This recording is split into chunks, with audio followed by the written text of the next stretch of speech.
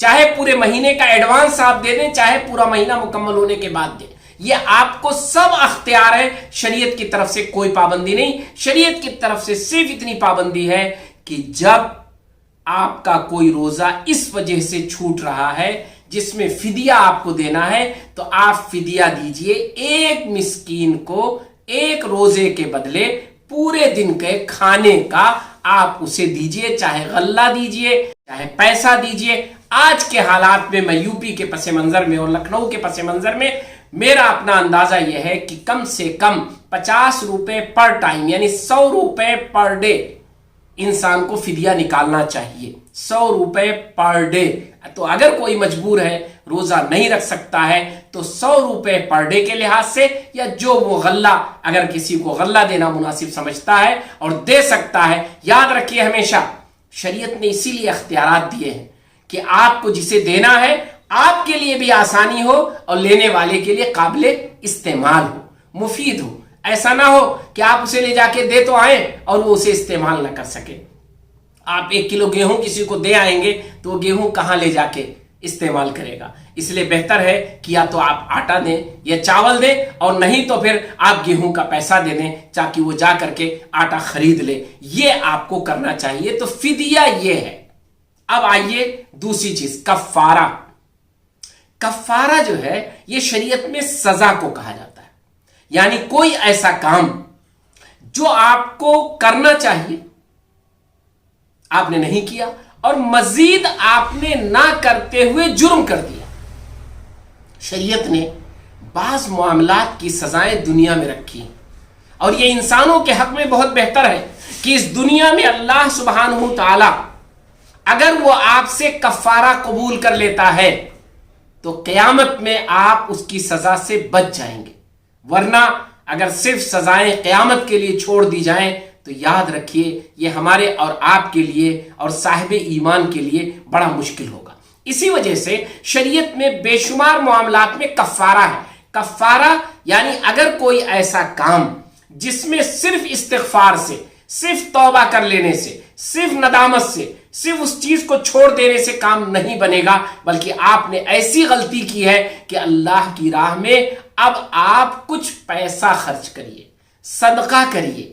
اللہ تبارک تعالیٰ نے کتنا اچھا نظام رکھا ہے کہ انسان، غلطی تو اس کی اللہ کے سلسلے میں ہوئی، اللہ کے حکم کو نہ مان کر اس نے جرم کیا، لیکن سزا اس کو جو مل رہی ہے وہ یہ کہ وہ اپنے جسم کو تکلیف پہنچائے، اللہ کے سامنے پڑا رہے، یہ نہیں سزا مل رہی ہے۔ سزا مل رہی ہے کس کی؟ صدقے کی، کہ آپ کچھ پیسہ خرچ کریں، آپ کچھ پیسہ خرچ کریں۔ کن میں؟ غریبوں میں تقسیم کریں، مسکینوں میں تقسیم کریں، کیونکہ اللہ تبارک تعالیٰ چاہتا ہے کہ اس بہانے بہت سارے لوگ اگر وہ کفارہ ادا کریں گے تو یقین جانیے کہ وہ کفارہ ادا کریں گے کس کے لیے؟ مسکینوں کے لیے، محتاجوں کے لیے، اور وہ ادا کرنا ان کے لیے بہتر ہوگا کہ ان کا گناہ معاف ہو جائے گا، اور مسکینوں کے حق میں بہتر ہوگا کہ انہیں کچھ مل جائے گا۔ تو روزے کے سلسلے میں کفارہ کیا ہے؟ روزے میں کفارے میں علماء کا اختلاف ہے۔